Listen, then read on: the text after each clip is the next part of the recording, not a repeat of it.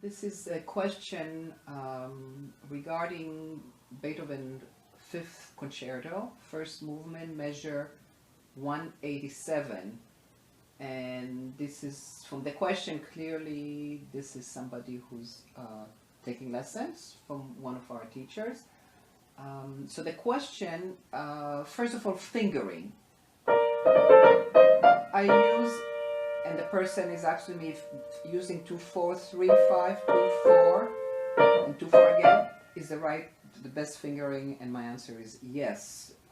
The edition shows 1, 5, which is okay as well. It creates a little bit more motion, a little bit more adjustment.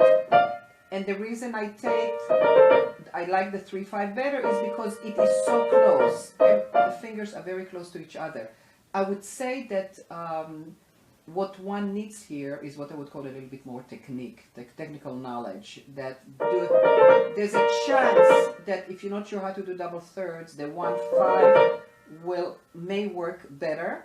But if you have, always first the rotational element, the double rotation, preparatory motion from the right to play to the left, from the right to the left. Now that becomes, as always, very small, and the question asks, is there also a walking hand and arm? My answer is, there's always a walking hand and arm. That means that when we rotate, the rotation brings the forearm right over the note and gives it a little bit of the weight of the support to put the key down, and that creates a possibility also for moving across without stretching, that when we rotate, the forearm is always adjusting in the amount necessary, not to twist, not to stretch.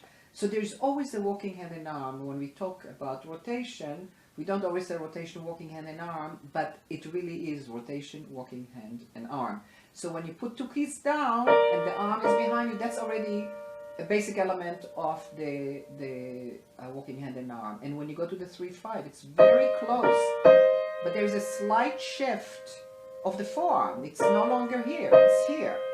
What the rotation does so beautifully with the walking hand and arm, it gets you there at great speed and great security and precision, and the least amount of movement.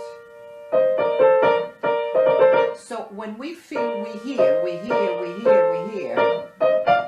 it maybe doesn't show, but the feeling is we're equally solid on each one of the thirds. So there's walking hand and arm. There's a little bit of a shape coming from here. This is already the start of a little bit of an undershape. So if we go from here, there's a little bit of an undershape between the 2, 4 to the 3, 5. And then those 3 thirds are in overshape. And you can see a little bit of a forward also. In other words, the elements of in and out, they all work here in a very small way. That forward is part of what I call the least amount of in. We don't have to change key spot, but the arm is moving forward to feel really, it feels like it has arrived when it does that. But it also gets a little bit, it's forward, but the element of getting a little bit higher is already part of shaping. Shaping is adjusting to different finger lengths, changes of directions, black and white keys. It's those movements that we often call circles. They're very controlled, I would say, kind of circles, and they have to be very precise. Where is it an overshape, is it an undershape? What's involved? So you see a little under, over. So that's the question here.